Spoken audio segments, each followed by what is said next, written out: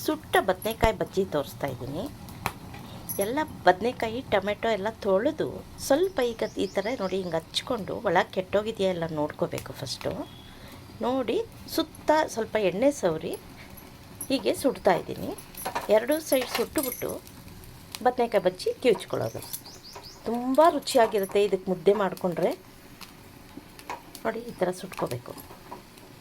ಎರಡು ಬೆಂಡೆಕಾಯಿ ಹಾಕ್ಕೊಂಡಿದ್ದೀನಿ. ಬೆಂಡೆಕಾಯಿ ಹಾಕಿದ್ರೆ ಟೇಸ್ಟ್ ಕೊಡುತ್ತೆ.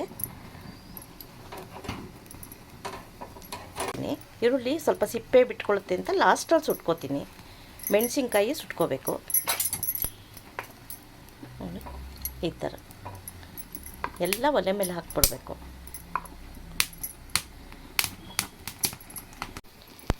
ಈಗ ಬದನೆಕಾಯಿ ಇದೆಲ್ಲ ಸುಟ್ಕೊಂಡಿದ್ದೀನಿ. ಟೊಮೆಟೊ, ಬೆಂಡೆಕಾಯಿ, ಹಸಿಮೆಣ್ಸಿನ್ಕಾಯಿ ಎಲ್ಲ. ಈಗ ಈರುಳ್ಳಿ ಲಾಸ್ಟಿಗೆ ಸುಟ್ಕೋತಾ ಇದ್ದೀನಿ. ಅಷ್ಟರಲ್ಲಿ ಒಂದು ಕಪ್ಪಲ್ಲಿ ಸ್ವಲ್ಪ ಹುಣಸೆಹಣ್ಣು, ಉಪ್ಪು, ಬೆಲ್ಲ ಹಾಕ್ಕೊಂಡಿದ್ದೀನಿ. ಇದೆಲ್ಲ ಸಿಪ್ಪೆ ತೆಗೆದು ಇದು ಕಿವುಚಿ ಹಾಕ್ಕೊಂಡು ಈರುಳ್ಳಿ ಒಗ್ಗರಣೆ ಮಾಡಿಕೊಂಡ್ರೆ ಆಯಿತು. ಒಂದು ಹಸಿದು ಒಂದು ಒಗ್ಗರಣೆಗೆ ಹಾಕೋ ಈರುಳ್ಳಿ. ಈಗ ಬೇಯಿಸಿ ಸಿಪ್ಪೆ ಎಲ್ಲ ತೆಕ್ಕೊಂಡಿದ್ದೀನಿ. ಎಣ್ಣೆ ಸವರ್ಕೊಂಡಿರೋದ್ರಿಂದ ಸಿಪ್ಪೆ ನೀಟಾಗಿ ಬಂದ್ಬಿಡ್ತು ನೋಡಿ. ಈಗ ಇದನ್ನು ಕೊತ್ತಂಬರಿ ಸೊಪ್ಪು ಸ್ವಲ್ಪ ಹಾಕ್ಕೊಂಡು ಈರುಳ್ಳಿ ಸುಟ್ಟಿರೋದನ್ನ ಚೆನ್ನಾಗಿ ಹಚ್ಕೊಂಡು ಕಿವುಚ್ಕೊತಾ ಇದ್ದೀನಿ.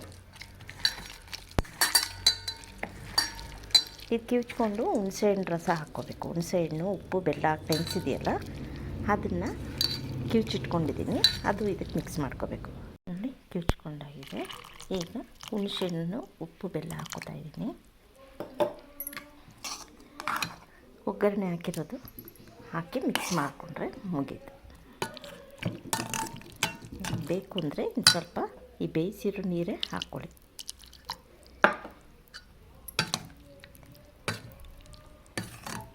ಕಿವುಚಿಟ್ಕೊಂಡಿರ್ತಿರಲ್ಲ ಹುಣಸೆಹಣ್ಣು ನೀರು, ಅದು ಹಾಕ್ಕೊಂಡು ಒಗ್ಗರಣೆ ಹಾಕ್ಕೊಡಿ. ಇದು ಮುದ್ದೆಗೆ, ಅನ್ನಕ್ಕೆಲ್ಲ ಚೆನ್ನಾಗಿರುತ್ತೆ. 5-10 ನಿಮಿಷದಲ್ಲಿ ಆಗೋಗುತ್ತೆ ನೋಡಿ. ಬಜ್ಜಿ ರೆಡಿ.